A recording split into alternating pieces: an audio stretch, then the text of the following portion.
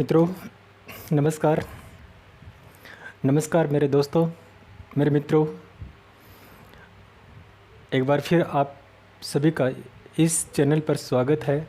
व्याख्यान क्लासेस आपका बहुत सा हार्दिक अभिनंदन करता है, बहुत स्वागत करता है। मित्रों, हम व्याकरण का टॉपिक शुरू कर रहे हैं और व्याकरण में हम संधि विच्छेद का अध्ययन कर रहे हैं। तो संधि विच्छेद को जानने से पहले हम एक थोड़ी सी चर्चा और करेंगे कि संधि विच्छेद में हमने 4 पार्ट में, मतलब संधि विच्छेद के हम 4 पार्ट जारी कर चुके हैं और उन 4 पार्टों में हमने एक संधि विच्छेद का परिचय बताया था और बाकी जो 3 पार्ट हैं उन 3 पार्टों में हमने या 3 भाग में हमने स्वर संधि के बारे में हमने समझाया है। तो स्वर संधि किस प्रकार से बनती हैं और उसके एग्जाम्पल हमारे सामने क्या हैं, उनके बारे में हम बहुत अच्छी तरह से चर्चा कर चुके हैं। आज का अपना अध्ययन बिंदु है, वो अपना अध्ययन बिंदु संधि विच्छेद का ही दूसरा पार्ट है। मैं यहाँ नामोल्लेख करूँगा, संधि विच्छेद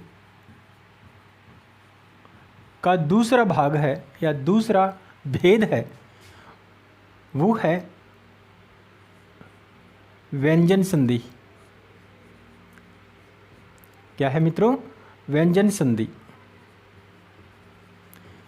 देखिए दोस्तों, मैं आपको ये बताना चाहूँगा कि स्वर संधि में हम जितने भी स्वर हैं उनके बारे में हम एक्सप्लेन कर चुके हैं और एक्सप्लेन जब हमने किया तब हमने ये बताया कि किसी शब्द के हम टुकड़े करते हैं तो टुकड़े करते समय हमारे सामने दोनों पदों में उसका कोई ना कोई अर्थ निकलना चाहिए। एक तो हमारी शर्त ये थी, दूसरी शर्त ये थी कि अगर उस दोनों पदों में से, उन दोनों पदों में से अलग अलग अर्थ नहीं निकलता है, तब हमने ये बताया कि उन दोनों पदों में से कोई उपसर्ग, पहले वाले पद में उपसर्ग हो सकता है और दूसरे पद में प्रत्यय हो सकता है। और फिर हमने ये बताया कि अगर मान लो किसी शब्द में, किसी भी शब्द में या किसी भी पद में न तो अर्थ निकल रहा हो और न उपसर्ग या प्रत्यय आ रहा हो, तो उसकी जगह हमें क्या देखना है? उसकी जगह हमें यह अंदाज़ा लगाना है कि ये कोई शब्दांश हो सकता है या फिर कोई धातु का रूप हो सकता है। तो इस प्रकार से हमने संधि विच्छेद को पढ़ा था और इसी प्रकार से हम इन्हीं नियमों के आधार पर हम व्यंजन संधि का उल्लेख करेंगे। तो मित्रों, मैं आपको एक बार और बता देना चाहूँगा कि जब हम संधि विच्छेद का परिचय पढ़ रहे थे उस समय मैंने आपको ये बताया कि हमारे सामने 6 प्रकार के पद आते हैं। 6 प्रकार के पद आएंगे। एक पद हमारे सामने इस प्रकार से होगा, स्वर जोड़ स्वर। इसका मतलब है कि पहले पद का अंतिम वर्ण स्वर होगा और दूसरे पद का प्रथम वर्ण स्वर होगा। तब हमें इन दोनों का योग करना है, तब हम स्वर ही लेके आएंगे। हमने पहला जो नियम है, हमारा जो पहला नियम था वो स्वर संधि में हम कंप्लीट कर चुके हैं। अब बाकी आगे के जो 2 नियम हैं, बाकी आगे के जितने भी नियम हैं, जो 3 नियम हैं, वो व्यंजन संधि में शामिल होते हैं। तो व्यंजन संधि का मतलब ये है कि मान लो प्रथम पद में स्वर का अंतिम वर्ण स्वर हो और दूसरे पद का प्रथम वर्ण वो व्यंजन हो, तो मित्रों वो व्यंजन संधि का ही उदाहरण होगा। किसका उदाहरण होगा? व्यंजन संधि का उदाहरण होगा। एक तो हमारे सामने ये है, किसका? व्यंजन संधि का एक एग्जाम्पल है। दूसरा एग्जाम्पल ये है मित्रों कि अगर व्यंजन के बाद में मतलब ये प्रथम पद का अंतिम वर्ण होगा और दूसरे पद का प्रथम जो वर्ण है वो स्वर होगा, तो भी हम व्यंजन संधि में शामिल करेंगे। किस में शामिल करेंगे? व्यंजन संधि में ही शामिल करेंगे। वो व्यंजन संधि का ही उदाहरण होगा। और तीसरा हम यह बता चुके थे कि अगर मान लो प्रथम पद का अंतिम जो वर्ण है वो व्यंजन है, प्रथम पद का अंतिम जो वर्ण है वो व्यंजन हो और दूसरे पद का प्रथम जो वर्ण है वो भी व्यंजन हो तो भी मित्रों वो व्यंजन संधि का ही उदाहरण होगा। तो कहने का मेरा मतलब ये है कि 1, 2 और ये 3 एग्जाम्पल अगर हमारे पदों में दिखाई देते हैं या दोनों पदों में हमें दिखाई देते हैं तो ये तीनों उदाहरण वो व्यंजन संधि के ही होंगे। तो कहने का मेरा मतलब ये है कि ये जो 3 उदाहरण हैं या 3 प्रकार के हमारे सामने ये भाग निकल के आते हैं, ये भाग व्यंजन संधि के ही उदाहरण होते हैं। और व्यंजन संधि का उदाहरण इस प्रकार से हम बाहर निकालते हैं तो शब्दों के टुकड़े हमें इसी प्रकार से करने होंगे। ये किस प्रकार से करने होंगे? हमें मित्रों शब्द के टुकड़े मात्राओं के नहीं करने हैं, हमें शब्द के टुकड़े य, व और र के नहीं करने हैं। अब की बार हम व्यंजन संधि में टुकड़े किन के करेंगे? स्वर को छोड़ देंगे हम, अब हम व्यंजनों के टुकड़े करेंगे। तो मित्रों व्यंजनों के टुकड़े कैसे होते हैं वो देखिएगा। मैं आपको पहले भी बता चुका हूँ कि जो व्यंजन होते हैं वो स्वर रहित होते हैं। अगर हम व्यंजनों की बात करते हैं यहाँ, तो व्यंजन का मतलब ये होता है कि इनमें स्वर का योग नहीं होता। किनका योग नहीं होता? स्वर का योग नहीं होता, नीचे हलंत जरूर लगा होता है। अगर हलंत हट जाता है तो इसका मतलब ये है इसमें एक स्वर ए भी शामिल है। तो मित्रों हम इस प्रकार के जो भी वर्ण देखते हैं तो इसका मतलब ये है कि इसमें एक तो व्यंजन का योग है और एक स्वर का योग है। तो मित्रों हम बात करेंगे केवल खाली व्यंजन की ही बात करेंगे। तो व्यंजन वे सारे व्यंजन होते हैं जिन व्यंजनों के नीचे हलंत लगा होता है या हलंत का योग साथ में लगा रहता है, वे शुद्ध रूप में व्यंजन माने जाते हैं। और मैंने आपको पहले भी बताया था कि व्यंजन हमेशा स्वरों के योग से बोली जाती हैं। और मैंने इनकी विशेषता भी बताया था।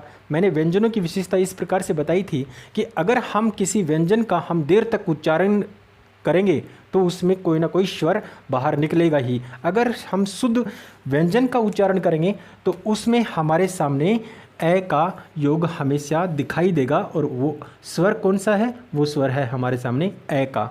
जैसे हम कै का उच्चारण करें तो कै में ए का योग जुड़ा हुआ होता है। तो इस प्रकार से हमें स्वर को बाहर निकालना है और व्यंजन को अलग करना है। तो इस प्रकार का जो योग होता है, इस प्रकार से जो व्यंजनों के टुकड़े होते हैं, वे सारे के सारे टुकड़े व्यंजनों की दृष्टि से व्यंजन संधि में शामिल होते हैं।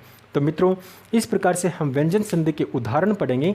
और उदाहरण पढ़ने से पहले मैं आपको पीछे की जो क्लास है उस क्लास की तरफ मैं ध्यान अंकित करवाना चाहूँगा।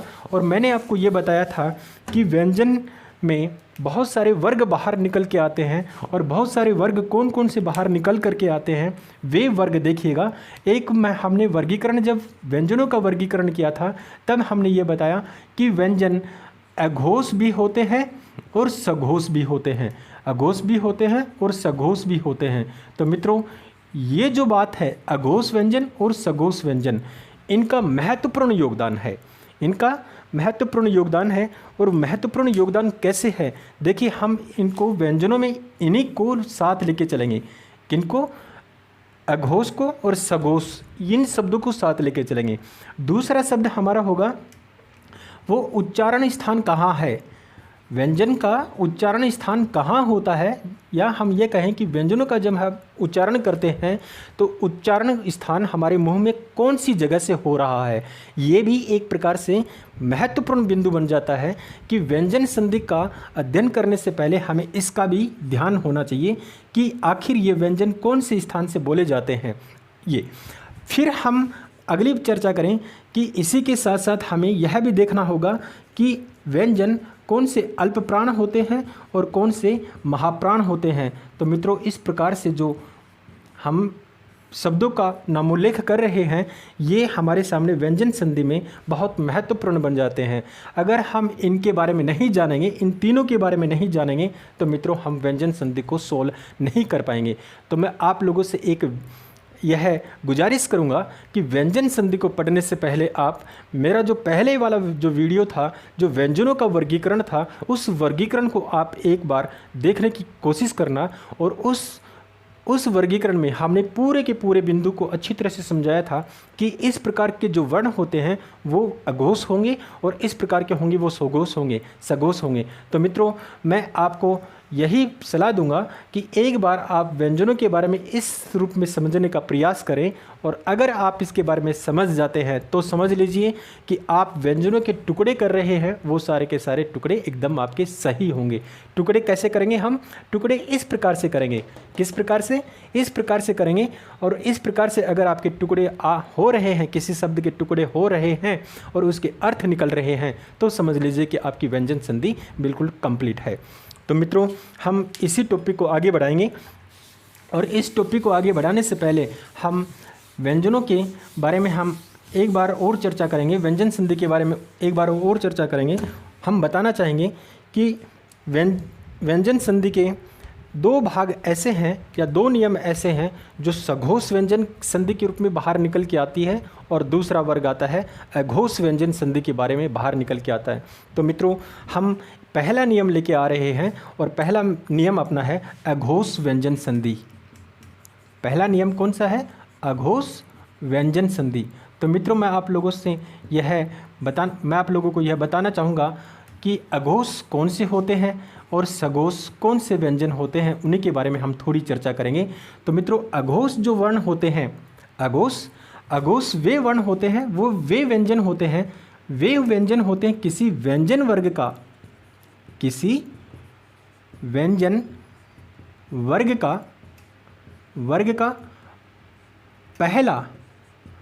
पहला और दूसरा जो व्यंजन होता है।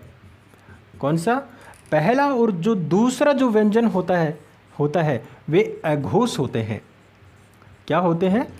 किसी व्यंजन वर्ग का, जैसे क ख च च छ ज झ ट ठ ड ढ प फ, ये जो 10 व्यंजन होते हैं, जो व्यंजन वर्ग से संबंधित होते हैं, वे सारे के सारे क्या होते हैं? अघोष होते हैं। और इसके बाद में हमारे अघोष व्यंजन, एक तो ये आ गया श, एक स और एक ये स। इस प्रकार से ये 3 ऊष्म व्यंजन और 10 वर्गीय व्यंजन, ये 10 वर्गीय व्यंजन, ये हमेशा क्या होते हैं? ये व्यंजन अघोष होते हैं। तो हम इसी के आधार पर व्यंजन संधि का एक नियम लेके आ रहे हैं, और वो नियम है अपना अघोष व्यंजन संधि। तो मित्रों, हमें पहले यह ध्यान में रखना है कि कौन सा व्यंजन अघोष है और कौन सा व्यंजन सघोष है। तो हम इसी के बारे में हम एक नियम लेके आएंगे, और वो अपना नियम आप लोगों के सामने ये रहा, अघोष व्यंजन संधि। तो मित्रों, अघोष व्यंजन संधि का पहला नियम यह बाहर निकल के आता है कि मान लो एक अघोष व्यंजन है जिसका नाम है तय। क्या है? ये तय है। अगर इस तय के बाद में व्यंजन आएंगे, अघोष व्यंजन आएंगे। अघोष व्यंजन कौन कौन से आएंगे? एक तो मित्रों आएगा ये क, एक आएगा ये तय, एक है थ, एक है प और एक है स। तो मित्रों, ये जो अघोष व्यंजन है, कौन से? ये 5 अघोष व्यंजन हैं। एक क, एक त, थ, प और ये स। ये 5 व्यंजन, अगर ये 5 व्यंजन ये तय के बाद में आते हैं, किसके बाद में आ रहे हैं? इस तय के बाद में ये 5 व्यंजन आ रहे हैं। तो मित्रों, शब्द के टुकड़े करते समय ये जो तय है, ये तय घोष व्यंजन में बदल जाएगा। ये क्या है? ये कौन सा व्यंजन है? ये घोष व्यंजन है। ये घोष व्यंजन कैसे? मैंने बताया कि किसी वर्ग का पहला और दूसरा जो वर्ण होता है, किसी वर्ग का पहला और दूसरा वर्ण होता है वो अघोष होता है, और बाकी तीसरा, चौथा और 5वां जो व्यंजन होता है वे हमेशा सघोष होते हैं। अघोष और सघोष क्या होते हैं उसके बारे में मैंने आपको पहले बता दिया था। इस प्रकार से मैं ये कहना चाहूँगा, इस नियम के आधार पर हम ये कहेंगे कि अगर इस तय के बाद में, देखिए हमने स्वर को बाहर निकाला, ये खाली व्यंजन है। अगर इसके बाद में किसी शब्द में ये कै आ रहा हो, तय आ रहा हो, थ आ रहा हो, प आ रहा हो या से आ रहा हो, इनमें से कोई भी एक व्यंजन आए, तो मित्रों ये तय शब्द की संधि विच्छेद करते समय तय हमेशा किस में बदल जाएगा? ये द में बदल जाता है। जैसे हम एक एग्जाम्पल लें, एग्जाम्पल हमारे सामने एक एग्जाम्पल हम जैसे ये लें, ये है तय तय का लय, इसका एग्जाम्पल ये है तत्काल। तो मित्रों मैंने ये कहा कि अगर अगर किसी शब्द में ये आधा तय हो, सिंपल सी भाषा में ये है, किसी भी शब्द में आधा तय हो, क्या हो, आधा तय हो, ये रहा हमारे सामने आधा तय। इसके बाद में इस आधे तय के बाद में इन पांचों में से कोई भी एक व्यंजन आ जाए, इन पांचों में से कोई भी एक व्यंजन आ जाता है, तो हमने क्या लिखा, हमने ये लिखा इन पांचों में से कोई भी व्यंजन आ रहा है ये तय, तब ये तय किस में बदल जाएगा, ये दय में बदल जाएगा। तो मित्रों सिंपल सी बात है, इसके टुकड़े करेंगे हम। ये तय है, ये क्या है, ये रहा आधा तय, ये रहा अघोष व्यंजन है। इसके बाद में क्या है, ये अघोष व्यंजन है, इन पांचों में से कोई एक है, ये रहा कै।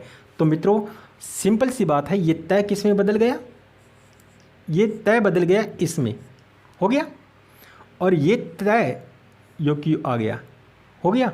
अब इसके टुकड़े कर रहे हैं, ये तो टुकड़ा एक हो गया, इसके बाद में क्या को यो क्यों लिख दो और ये दूसरा पद बन गया। तो कहने का मेरा मतलब ये है कि ये जो प्रथम पद है इसका अंतिम वर्ण दय आ गया, और दूसरे पद का प्रथम वर्ण क्या है, ये क है। तो मित्रों इस प्रकार से ये अघोष व्यंजन संधि के उदाहरण हमारे सामने आते हैं। सिंपल सी बात ये है कि किसी भी शब्द में अगर आधा तय हो और उस आधा तय के बाद में इन पांच व्यंजनों में से कोई भी एक व्यंजन हो तो वो हमेशा अघोष व्यंजन संधि का नियम बन जाता है। तो सिंपल सी बात है, हम इसके टुकड़े आराम से या आसानी से कर सकते हैं। तो इसके एग्जाम्पल मैं आप लोगों के सामने और भी रखूँगा जैसे हमारे सामने एग्जाम्पल हैं। एग्जाम्पल हमारे सामने ये आ गया, जैसे उत्कृष्ट है, और भी एग्जाम्पल हैं जैसे उत्तीर्ण है, और भी आप करें जैसे तत्काल का हो गया अपना, और भी है जैसे उत्तर है,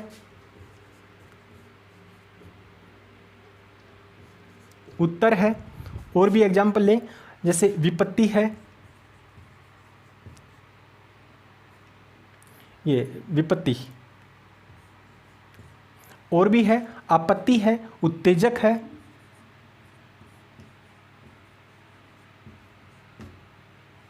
उत्तेजक, एक और ले लो, उत्पन्न ले लो,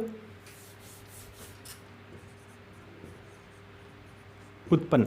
तो एक बार हम इसके टुकड़े करें। तो देखिए मित्रों हमने क्या कहा कि अगर आधा तय आ रहा हो और उसके बाद में कोई भी एक वर्ण हो, इन पांचों में से कोई एक हो, तो उस तय का हमें क्या कर देना है, उस तय का हमें दय बना देना है। तो ये देखिए ये क्या हो गया, वी पै दय। तो मित्रों यहाँ नीचे हलंत आएगा, क्यों आएगा, क्योंकि ये आधा तय है, ये व्यंजन अकेला व्यंजन है, ये स्वर रहित है, इसलिए तय तो बदल गया दय में, और बाद में ये क्या बन गया, ये ती बन गया। ऐसे ही उत्तेजक, ये तय किस में बदल गया, ये इसमें बदल गया, बाकी तेजक। ऐसे ही उत्कृष्ट, ये क्या है, उद प्लस कृष्ट। ऐसे ही उत्तीर्ण, उद प्लस तीर्ण। ऐसे ही उत्तर है, उद प्लस तर। ऐसे ही उत्पन्न है, उद प्लस पन। तो इस प्रकार से मित्रों मेरे कहने का मतलब ये है कि देखिए किसी भी शब्द में अगर आधा तय हो और उसके बाद में ये पांच व्यंजन हो, तो पांच व्यंजन होंगे तो ये आधा तय दय में बदल जाएगा। ये दय कौन सा, प्रथम पद का अंतिम वर्ण होगा या अंतिम व्यंजन होगा, और उसके नीचे हमें हलंत लगाना ही है। क्या लगाना है, हलंत लगाना है। हलंत क्यों लगाएंगे, क्योंकि वो पहले से ही क्या है, वो स्वर रहित है, इसलिए हम ये लगाएंगे। तो इस प्रकार से अपने अघोष व्यंजन संधि यहाँ बहुत ही सिंपल तरीके से ख़त्म होती है। और भी एग्जाम्पल हैं जैसे उत्सर्ग है, उत्सव है, उत्साह है। एक बार और देख लीजिए, उत्सर्ग ये आ गया, उत्सर्ग, उत्सव। एक बार आप खुद ही करें, बहुत ही सिंपल है। और भी हैं, तत्सम है, तत्सम, संसद। चलो इतना ही काफ़ी है, इनका करें हम। तय द में बदल गया, ये आ गया तय प्लस सम। ऐसे ही ये तय द में बदल गया, ये आ गया उद प्लस सर्ग। ऐसे ही उत्सव, ये तय ये द में बदल गया, ये आ गया उद प्लस सव। इस प्रकार से ये अपनी अघोष व्यंजन संधि है। ऐसे बहुत ही सिंपल तरीके से हम समाप्त कर रहे हैं। तो हमने यही बताया कि किसी भी शब्द में आधा तय हो और उसके बाद में कै आ रहा हो, कै टै तय पै आ रहा हो, कै तय थ पै से आ रहा हो, तो ये सारे के सारे एग्जाम्पल इसी में चले जाएंगे। तो इस प्रकार से अपनी ये अघोष व्यंजन संधि यहीं खत्म। अब दूसरा नियम है घोष व्यंजन संधि। अघोष तो हमने पढ़ लिया, अब है अपना सघोष कह दो या फिर घोष कह दो, दोनों एक ही बात है। दूसरा नियम है अपना घोष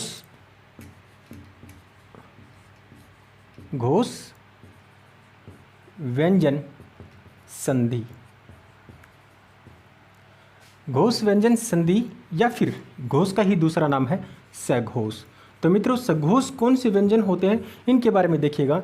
मित्रों मैंने ये बताया कि अघोष व्यंजन हमेशा कितने होते हैं, वर्ग का पहला और दूसरा व्यंजन अघोष होगा और बाकी जो ऊष्म व्यंजन है जैसे श श स, ये जो तीन ऊष्म व्यंजन हैं ये अघोष में शामिल हो जाते हैं। और बाकी जितने भी व्यंजन बचे हुए हैं, जैसे 20 व्यंजन हैं, वो 20 के 20 व्यंजन इसमें शामिल हो गए, किसमें, अघोष में, नहीं सॉरी सघोष में शामिल हो गए।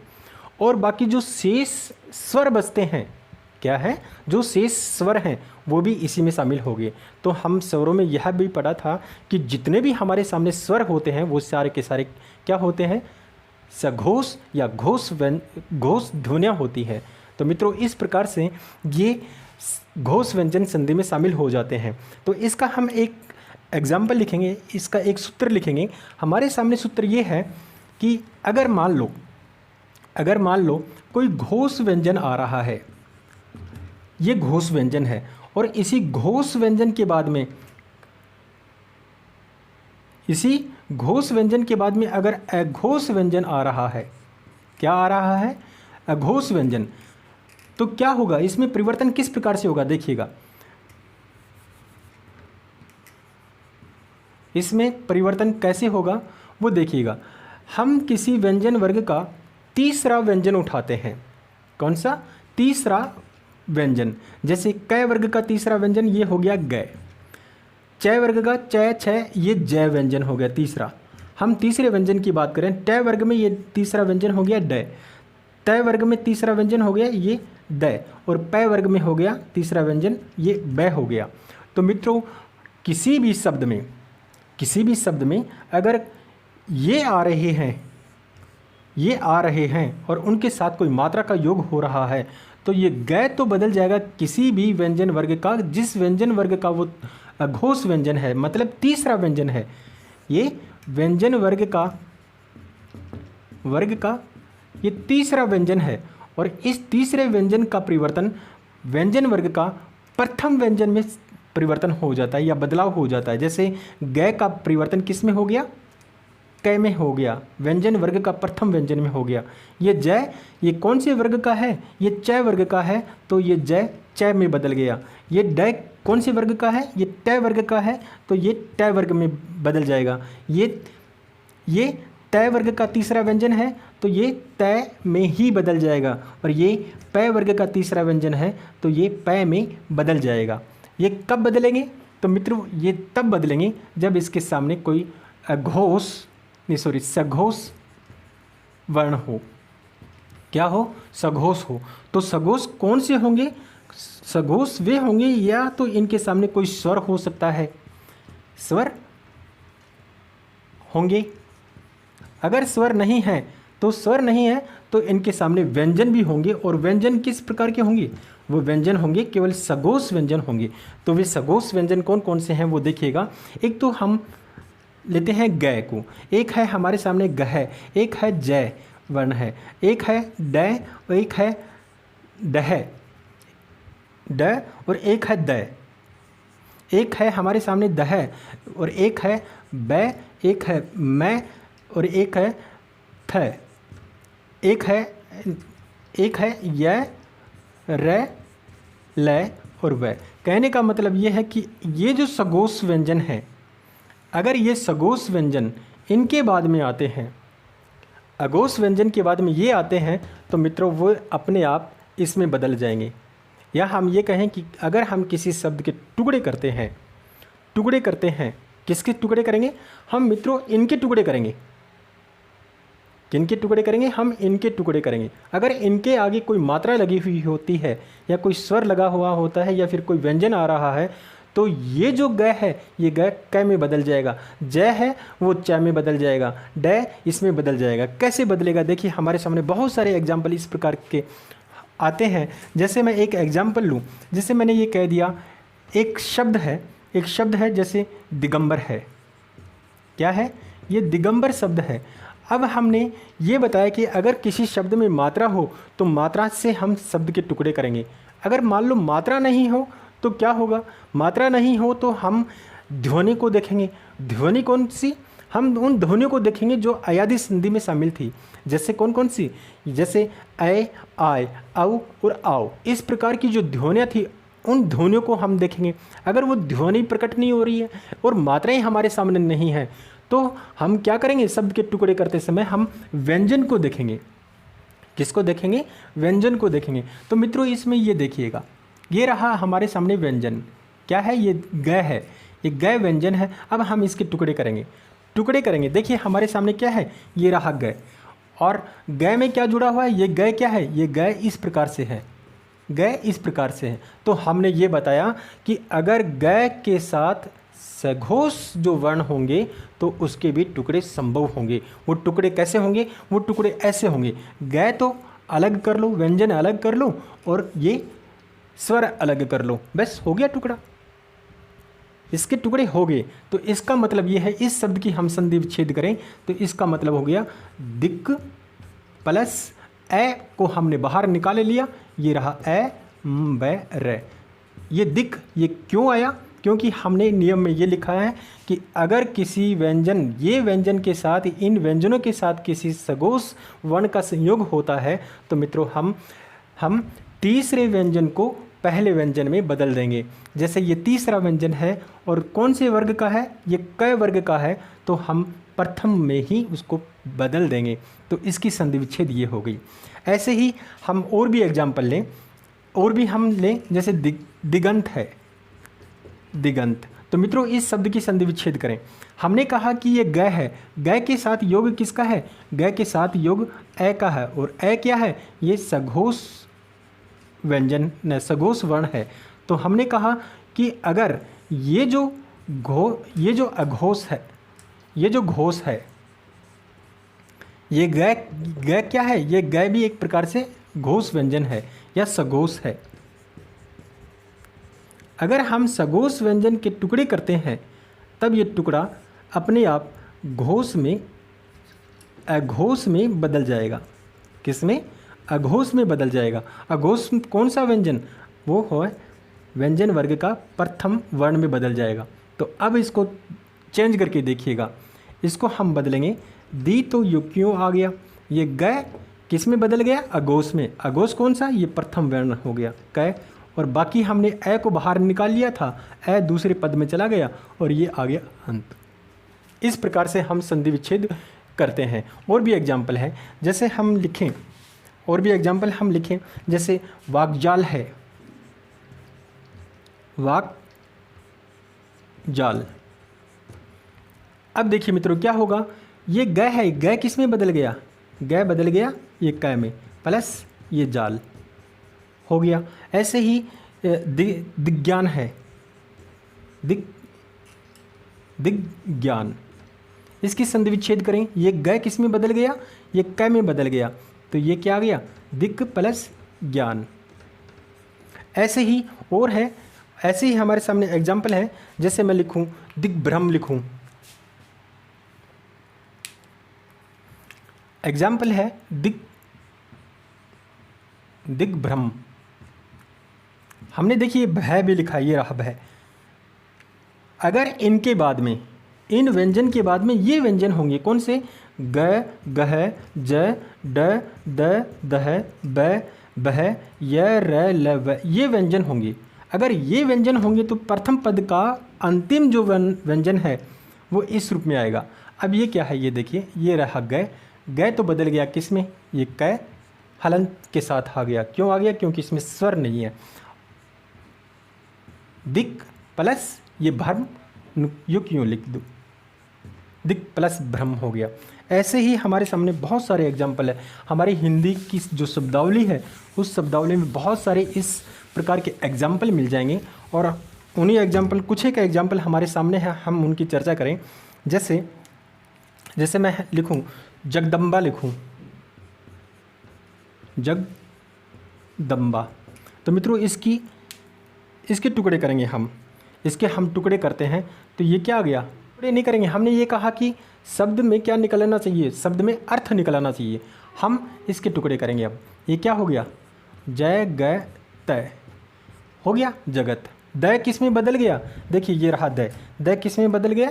तय में बदल गया। क्यों बदल गया? क्योंकि इसमें स्वर का योग है, इसलिए तय तो अलग हो गया और द में से ए को बाहर निकाल लो, ये हो गया अम्बा। ऐसे ही चिदनु है, ची द अणु, इसमें इसके टुकड़े करेंगे, ये इस द के टुकड़े करेंगे। द किस में बदल गया? तय में बदल गया और इससे बाहर निकाल लो, ए को बाहर निकाल लो। अब ये च, ची को योग्यों लिख दिया और अणु को ए के बाद में लिख दिया, अणु। अब देखिए ये तय और ए का योग किया तब क्या आया? ये तय आया, लेकिन तय नियम के अनुसार वो द में बदल गया। किस में बदल गया? द में बदल गया। ऐसे ही एक है षड्यंत्र, षड्यंत्र। तो मित्रों हमें ये देखना है कि ये ड कौन से वर्ग का है? ये वर्ग है तीसरे वर्ग का, नहीं ट वर्ग का है। ट वर्ग का ये तीसरा व्यंजन है, ट ठ ड। तो हमने ये कहा कि जो भी व्यंजन वर्ग का तीसरा व्यंजन होगा किसी भी शब्द में होगा वो उसी वर्ग के प्रथम व्यंजन में बदल जाएगा। तो ये रहा ड, ये कौन सा है? ट वर्ग का ये तीसरा व्यंजन है और ये तीसरा व्यंजन ये रहा ड। अब ये प्रथम व्यंजन में बदल जाएगा। प्रथम का मतलब ये ट में ही बदल जाएगा। ये ड क्या है? ये ड बदल गया इसमें ट और ये स यू क्यों लिख दो प्लस यंत्र बच गया, ये रहा यंत्र। ऐसे ही षड्रस है, षड्रस करें, इसकी संधि विच्छेद करें। ये ड ट में बदल गया, ये रहा ट, ये बन सट प्लस रस। इसी प्रकार से और भी एग्जाम्पल हमारे सामने हैं, उनका नामोल्लेख करें। जैसे ऋग्वेद है, जैसे ऋग्वेद,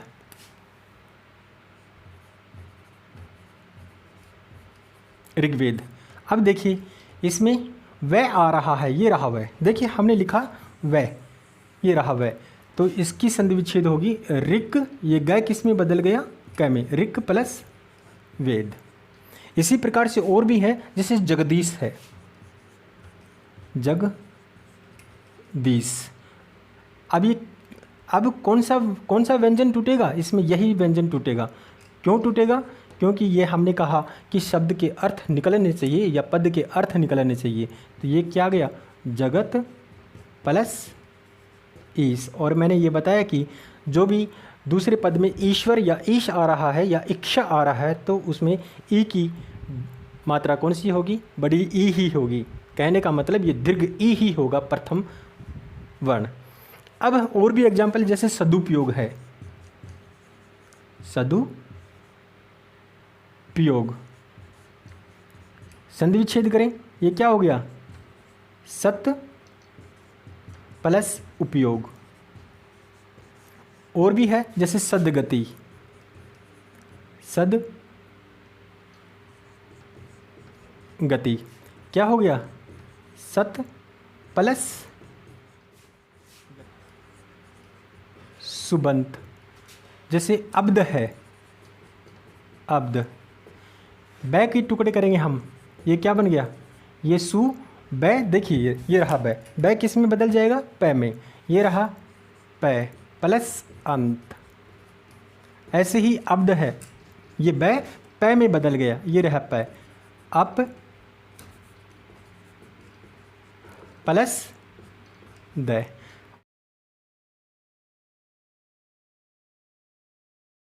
जैसे सदात्मा, सदास्य, इसके हम टुकड़े करें, ये क्या है, ये क्या है, ये द है, तो ये द बाहर निकल गया स्वर से, ये क्या बन गया सत, प्लस ये आग को हमने दूसरे पद में लेके आगे, ये बन गया सत्य प्लस आत्मा। ऐसे ही सदास्य, सत्य प्लस आस्य। तो मित्रों, इस प्रकार से हम यह ध्यान दें कि किसी भी शब्द में, किसी भी शब्द में अगर, किसी भी शब्द में अगर ये जो व्यंजन है, कौन से, घोष व्यंजन है, क्या सघोष व्यंजन है, इनके साथ इनका योग होगा, या तो स्वर होंगे या स्वर नहीं है तो वे, ये तो आधे रहेंगे लेकिन इनके साथ इनका योग होगा, तो हम उनके टुकड़े करते समय प्रथम पद का अंतिम वर्ण तो ये होगा, अघोष व्यंजन होगा। अघोष कौन सा होगा, किसी व्यंजन वर्ग का प्रथम ही वर्ण होगा। और दूसरे पद में इनमें से कोई एक होगा। दूसरे पद में प्रथम जो वर्ण है इनमें से कोई एक वर्ण होगा। अगर इस प्रकार से हम शब्द के टुकड़े करते हैं या उस शब्द के टुकड़े करने पर व्यंजनों के टुकड़े होते हैं तो हमारा यह नियम लागू हो जाता है। तो इसी के साथ हम दो व्यंजनों को कंप्लीट करने के पश्चात हम तीसरा नियम लेके आएंगे, या तीसरा नियम हमारा होगा वो बहुत ही महत्वपूर्ण होगा और उसी के साथ हम आगे बढ़ेंगे। तब तक के लिए मैं आप लोगों से विराम चाहूँगा। धन्यवाद।